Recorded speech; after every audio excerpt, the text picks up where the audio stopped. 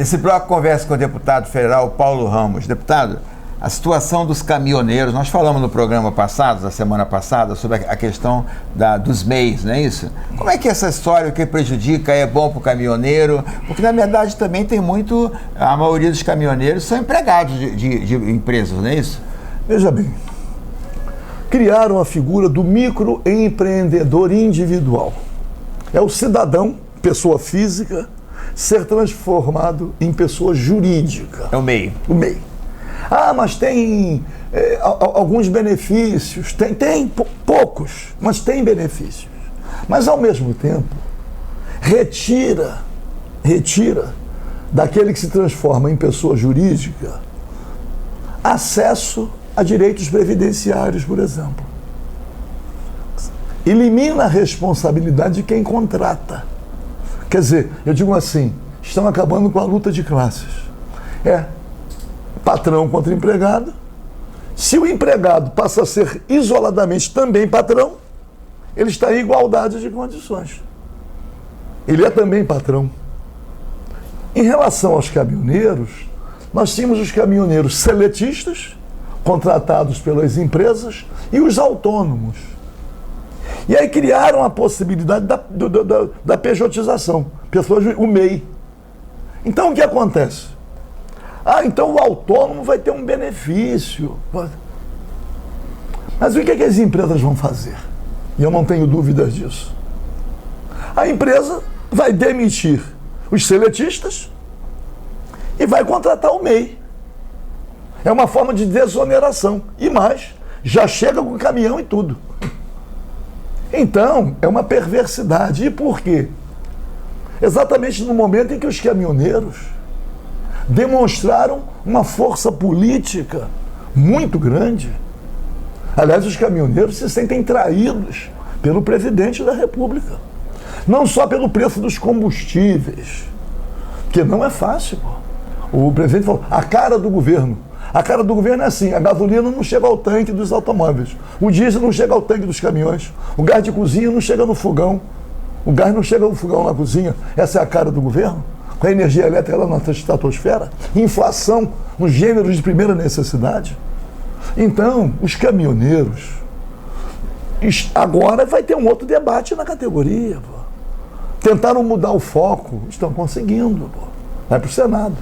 Sabe mais ou menos, a maioria desse transporte aqui são de transportadores, mas tem os autônomos, muitos, né? Então, tem muitos, então, né? A grande mas questão... esses autônomos vão ser regularizados já. Agora, não podia ser MEI, mesmo antes de ser específico de caminhoneiro? Deixa eu dizer uma coisa, a grande questão é criar uma outra pessoa, uma outra figura jurídica.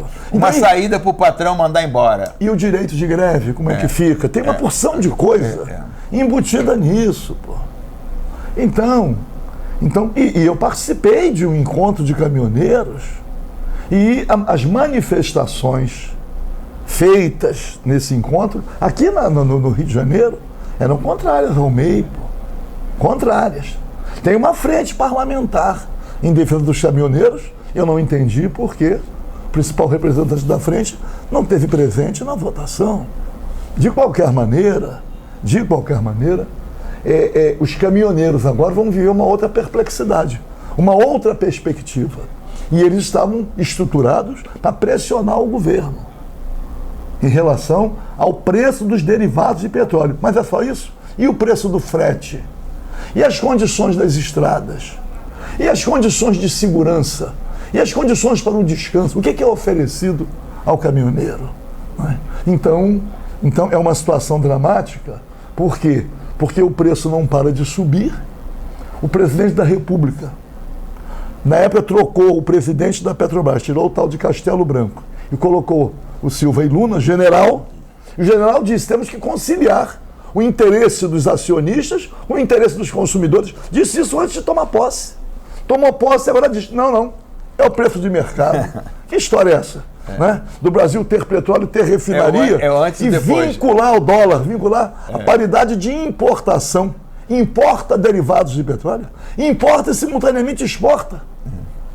Como é que fica isto num país que, se tivesse uma política, o governo não pode ser administrado por outra empresa. É a empresa que tem que cumprir a política pública do governo. Está lá escrito na Constituição, princípios fundamentais, valores sociais do trabalho e da livre iniciativa. Qual é a contribuição social? É a extorsão, que você depende daquilo, não tem como sobreviver, não tem como realizar a sua atividade laboral, a não ser usando o combustível, bota no preço alto, é extorsão. Você não tem como deixar de usar a energia elétrica. Aí vem lá, e mais, saiu agora, no último trimestre, 128 bilhões de lucros. Bancos, Petrobras, Vale do Rio Doce, energia elétrica, as empresas de energia elétrica, dentre os setores mais lucrativos no país. Mas os bancos vêm sendo os mais lucrativos há séculos. Tem todos os governos que passaram aí. O que é, aliás, os bancos estão ganhando muito dinheiro, não em relação à finalidade do dinheiro só, mas os serviços. Com certeza. São os serviços. E outra, essa questão dos bancos também, tem os cartões de crédito também. Vai limitar os cartões. Os cartões de crédito estão lavando a égua cada vez mais aí, né? Estimulando, Black Friday, estímulo ao consumo. Estímulo ao consumo, estímulo ao crédito com juros altos, as consignações no serviço público, cada vez alcançando percentuais maiores. O servidor já desconta em folha, tem servidor. É o melhor negócio que tem. Uma pensão alimentícia tem preferência, ele faz uma separação simulada, continua vivendo com a mesma mulher. Aqui na Assembleia. Aqui se divorcia pagando uma pensão alta para se livrar da consignação. Na Leste aqui teve essa questão, a discussão aqui de aumentar o consignado. Aumentar o consignado, isso é um absurdo. Isso, sem falar nas fraudes. Sem falar nas são fraudes. Muitas. Então, que as pessoas têm coisa. Deputado, só para a gente encerrar aqui, como é que o senhor vê esse movimento agora? Nós estamos aí 2 de outubro do ano que vem, eleição, a dança dos partidos políticos, né? Nova legislação, cada um procurando. E aí a entrada aí do Moro no Podemos, tal, que tem essas pesquisas de 2.000 pessoas, não mostra nada. Como é que seria um debate, por exemplo, do Lula com o Moro, hein? Como é que seria isso? Deixa eu fazer um registro. A direita, que nós temos a direita troglodita, a direita chamada irracional, a direita bolsonarista. A direita não se sente representada mais pelo Bolsonaro. Não é pelo projeto em si, porque o projeto de governo do Bolsonaro segue a cartilha da direita.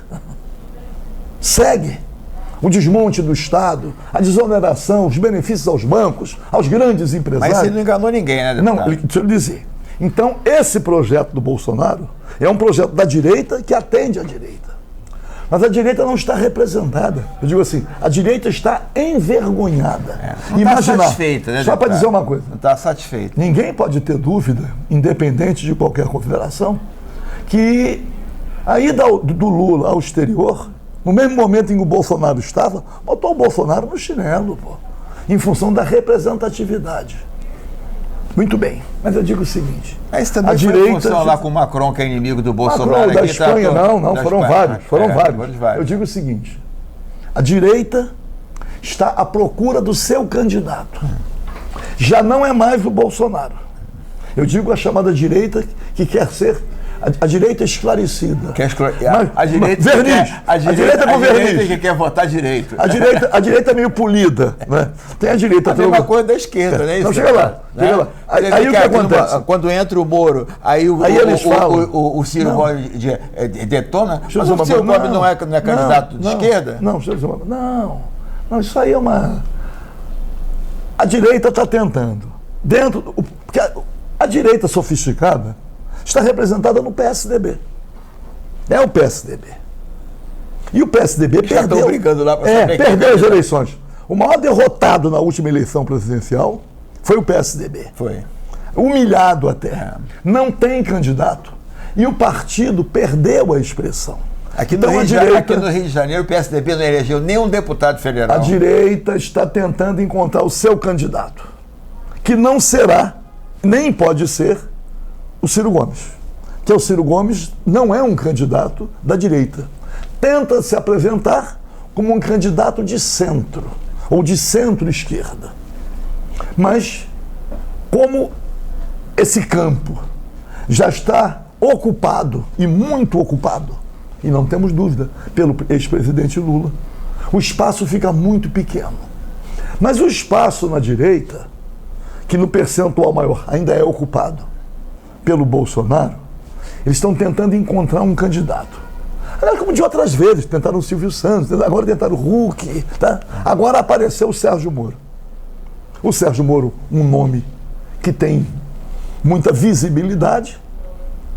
Depois de tudo que aconteceu no Brasil, com todas as demonstrações do Intercept, a parcialidade, foi encontrado suspeito pelo Supremo Tribunal Federal. Ele sai, é contratado pelo escritório de advocacia que patrocina interesses das empresas investigadas na Lava Jato. Mas vai para os Estados Unidos. Fica lá, fez um curso de oratória, esteve lá na fonoaudióloga mas também aquela falinha dele é irritante, né, deputado? Mas também costurou os compromissos. Os compromissos internacionais. E voltou. Voltou. E já tem, pela visibilidade, já vai se vislumbrando o patrocínio, né? Porque, na verdade, não querem o Bolsonaro. Mas eu acho ainda que... E, ao mesmo tempo, não tem um nome. Estão tentando encontrar. Eu acho que o Moro vai acabar sendo candidato ao Senado, deputado. Eu não tenho. Hoje eu li uma pesquisa, nós estamos gravando o programa aqui durante a semana, na segunda-feira que o senhor atende a gente aqui no seu escritório, né? E a pesquisa de 1.000 pessoas no Brasil inteiro, pelo telefone. Aí não dá para acreditar nisso. Não precisa. A questão do Sérgio Moro. Que é isso? 2.000 pessoas e tal. A questão do Sérgio Moro é que já está comprovado que o Sérgio Moro tira votos do Bolsonaro. Ah, sim. Então eu vou fazer uma fazer uma formulação de outra maneira. Então vou dizer qual é o meu entendimento. Eu entendo que o Bolsonaro tem que ser derrotado no primeiro turno. Agora, tendo o segundo turno, existe algum nome que poderá retirar o Bolsonaro do segundo turno? Porque já não há nenhuma dúvida que o nome certo para estar no segundo turno, em sendo candidato, é o do Lula. O segundo colocado ainda é o Bolsonaro. Embora com uma distorção. Vai surgir algum nome. Essa é a formulação da direita. E o PSD aí querendo lançar aí? É isso. Rodrigo Pacheco. Não. É fazer cosquinha. Não fazer onda. É gracinha. Assim, não é para descolar uma vice, não? Existe algum nome que possa retirar o presidente Bolsonaro do segundo turno? A direita está procurando. Um dos nomes é o Sérgio Moro, que voltou com um verniz diferente. Basta ver as entrevistas que dá. E já está tendo os seus economistas do tucanato, como Afonso Celso Pastore e outros, do tucanato, do modelo liberal, do neoliberalismo. Muito bem, mas o Sérgio Moro, ninguém pode deixar de reconhecer que é um nome, pô. É verdade. Mas é um nome para ir para o segundo turno com o Bolsonaro? Não. É um nome para tentar retirar o Bolsonaro do segundo turno, representando a direita. Mas está cedo ainda. Mas eu entendo, eu quero dizer o meu entendimento. Eu entendo, mas não podemos, eu já nem tenho mais idade para isso. Se ficar evidente que temos que nos unir para dar a vitória a um candidato nosso no primeiro turno, nós temos que fazê-lo. É uma responsabilidade nossa. Se amanhã o processo histórico caminhar, deixando evidente que é o nosso dever superar ressentimentos em nome de uma causa maior, a ter um candidato nosso eleito no primeiro turno, e obviamente o nome mais forte hoje é o do Lula. E no caso do Ciro Gomes estagnado aí, desde a eleição passada, não sai disso. O Ciro enfrenta muita rejeição. Não é rejeição. O antagonismo, porque não é fácil. O Ciro não é o candidato da direita, obviamente, nem da centro-direita, e está disputando um campo a partir do centro, que já está congestionado. Então, não é fácil. Embora, obviamente, e não há nenhuma dúvida quanto a isso, de todos os candidatos até agora apresentados, incluindo o Jair Bolsonaro, o mais preparado é o Ciro Gomes. Bom, infelizmente, que ninguém tenha dúvida quanto a isso. Está cedo ainda. Agora, virar o ano. a grande questão não é o indivíduo. Não é o indivíduo. Essa questão é o projeto. A grande questão é o projeto. Então nós não podemos personificar, não é o culto à personalidade, é o projeto de país, porque o retrocesso que nós estamos vivendo é muito grande. Eu brinco e digo assim, eu vivi a ilusão constituinte. Promulgada a Constituição, era impossível prever que hoje estaríamos nessa situação, com uma Constituição daquela, que ao mesmo tempo que era a um tempo esplendor e sepultura, porque a reação foi tão grande, mas que a Constituição entrou em vigor, muita coisa. O que existe hoje ainda se deve àquela Constituição e à luta do povo brasileiro. Que o senhor ajudou a construir a Constituição em 81. Vamos lá, salve o povo brasileiro. Salve o povo, até a próxima. Até a próxima. Daqui a pouco a gente volta a conversar com o deputado federal Paulo Ramos, do PDT. Sai daí não, que tem mais programa ainda.